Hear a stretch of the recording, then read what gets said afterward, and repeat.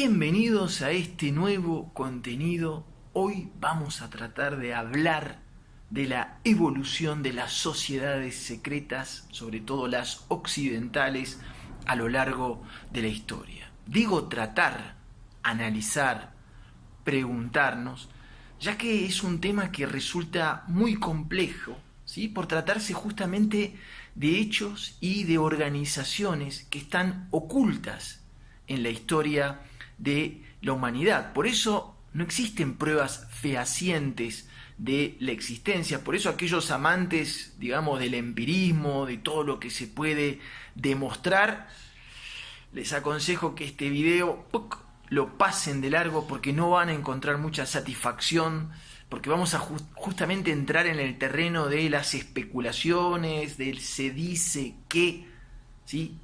Pero lo real, ¿sí?, es que es muy difícil pensar que estas sociedades, estos grupos, estas élites, ¿sí?, no existan y no tengan una influencia importante en todo lo que es la geopolítica mundial.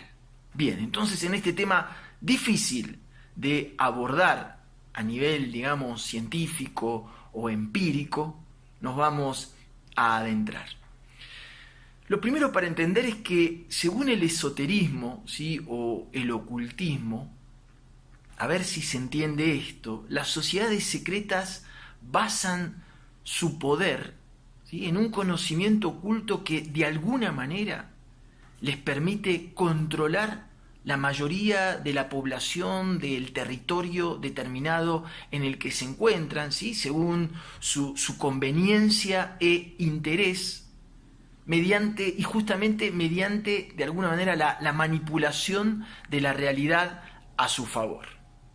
En lo que es toda la tradición o la cultura, ¿sí?, en Occidente, la mayor parte de este conocimiento oculto se basa justamente en el esoterismo hebreo, que podríamos denominar comúnmente como la cábala. Cábala, que es una palabra hebrea que viene de la palabra kabel, que significa recibir, y que de alguna manera consiste en desvelar una serie de códigos, ¿sí?, que se encuentran ocultos en los textos sagrados, como en el Antiguo Testamento, ¿sí?, textos y significados ocultos que justamente permiten comprender el funcionamiento de los mundos energéticos, que permiten, bien aplicados, materializar la realidad a la conveniencia de la persona que maneja, ¿sí?, esta herramienta.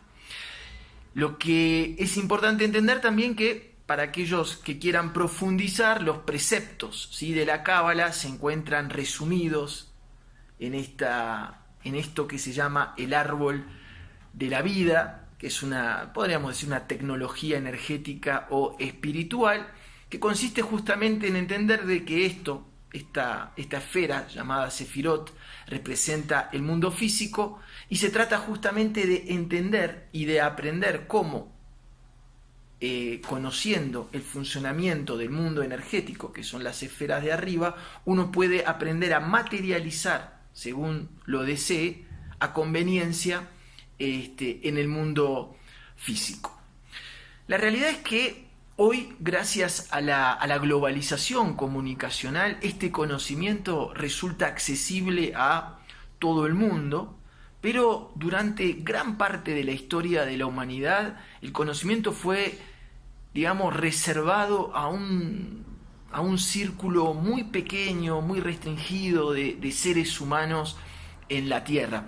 Me gustaría sobre todo señalar de que, atención, ¿sí?, la cábala, ¿sí?, o este conocimiento esotérico es una herramienta, ¿sí?, y una herramienta depende siempre de quien la utilice, ¿eh? Según la utilice, la herramienta de la cábala puede tener fines controladores o liberadores, ¿sí? Después no quiero que digan que estamos asociando todo lo que es el conocimiento cabalístico a la manipulación del mundo. No, lo que estamos diciendo es que es una herramienta, y como toda herramienta puede utilizarse para fines benéficos o para fines más controladores más manipuladores.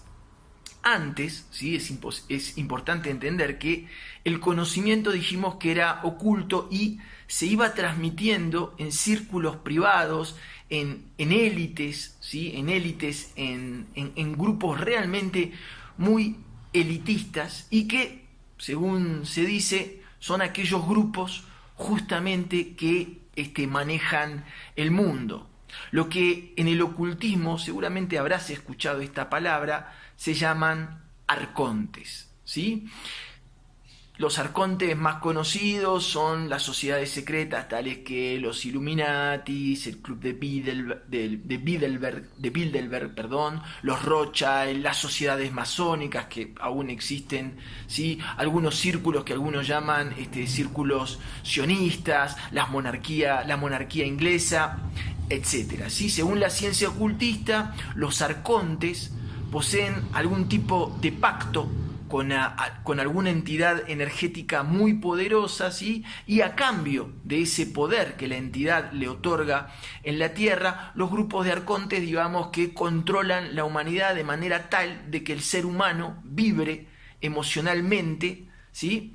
De una manera que justamente las entidades puedan alimentarse de las emociones de calidad, digamos, de las emociones de baja vibración que el ser humano emite. Esto es en la teoría, ¿sí? Entonces, ahora sí nos adentramos en el origen.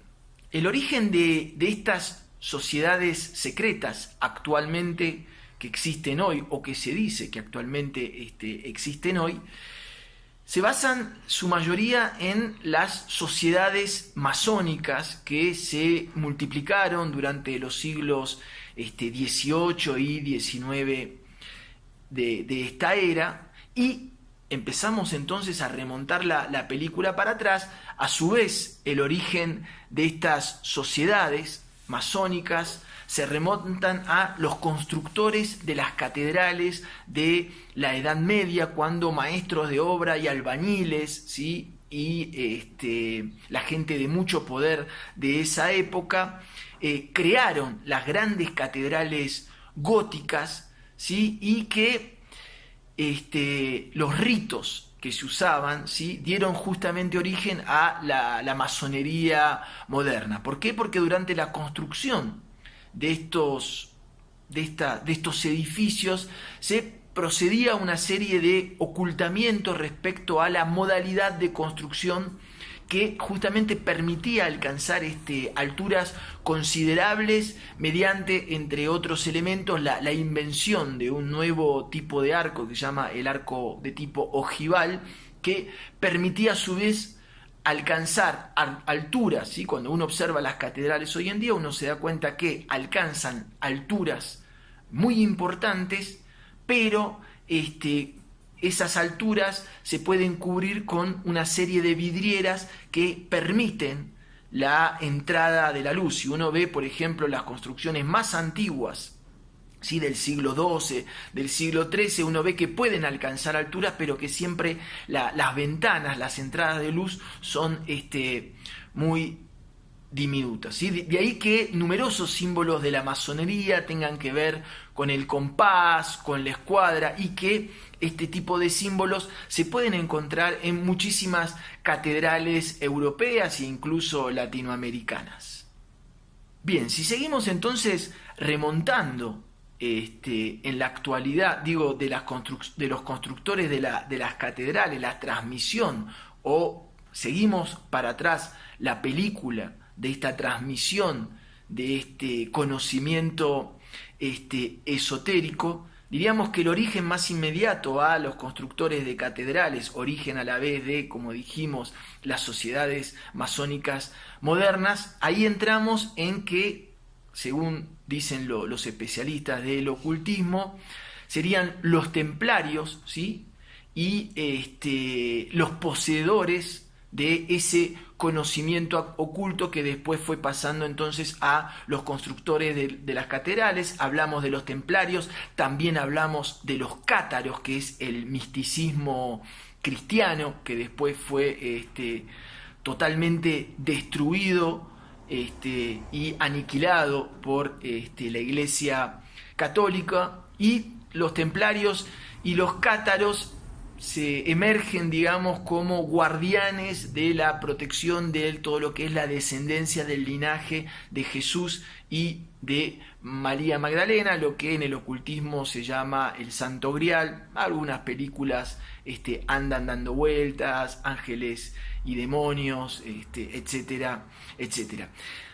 Si queremos seguir remontando la película de la transmisión y el origen de las sociedades secretas occidentales, ¿sí?, nos tenemos que trasladar al cristianismo primitivo, ¿sí?, sobre todo lo que encontramos muchos vestigios de este conocimiento esotérico en todo lo que son llamados los gnósticos. Los gnósticos es el cristianismo primitivo desarrollado en Egipto, y antes de ellos tenemos que ir al conocimiento transmitido por Jesús, según algunos especialistas, uno de los grandes cabalistas de la historia. Jesús lo habría heredado, ¿sí? Jesús como judío lo habría heredado de sus maestros judíos. Algunos dicen que es la secta judía de los esenios, ¿sí? El judaísmo, a su vez, lo heredó de sus ancestros hebreos personificados alrededor del patriarca Abraham, para muchos el primer cabalista. Recordemos, el patriarca Abraham es el patriarca reconocido y venerado por las tres religiones más importantes a nivel monoteísta, que son el judaísmo, el cristianismo y todo lo que es la religión musulmana, ¿sí? Y ¿de dónde viene el esoterismo hebreo? ¿Sí? Se dice que viene de justamente la Vesica Piscis, ¿sí? La Vesica Piscis es la unión de dos realidades, de dos círculos, ¿sí? Un círculo, una realidad, sería todo el conocimiento esotérico sumerio, y la otra realidad de la cual se nutrió el esoterismo hebreo es justamente todo lo que es el esoterismo de Egipto.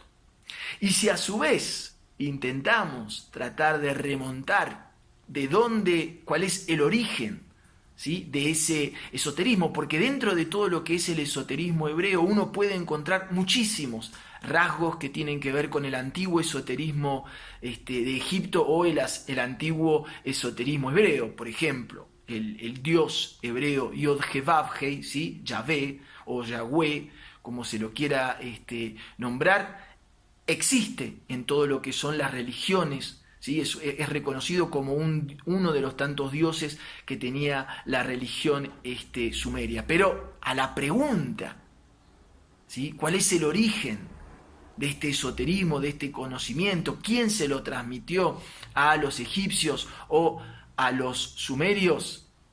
Ahí es donde la historia de la humanidad y del esoterismo empieza con las grandes elucubraciones, las grandes especulaciones. Empezamos a hablar de una raza extraterrestre, Anunnakis, pleyadianos, ¿sí? Ahí es como que empiezan los interrogantes, ¿sí?, el ocultismo dentro del ocultismo, o el secreto dentro del secreto. Bien, espero que este pequeño video acerca de, según se dice, el origen de las sociedades secretas occidentales les haya gustado. Como siempre, les agradezco muchísimo el interés y les digo hasta el próximo contenido.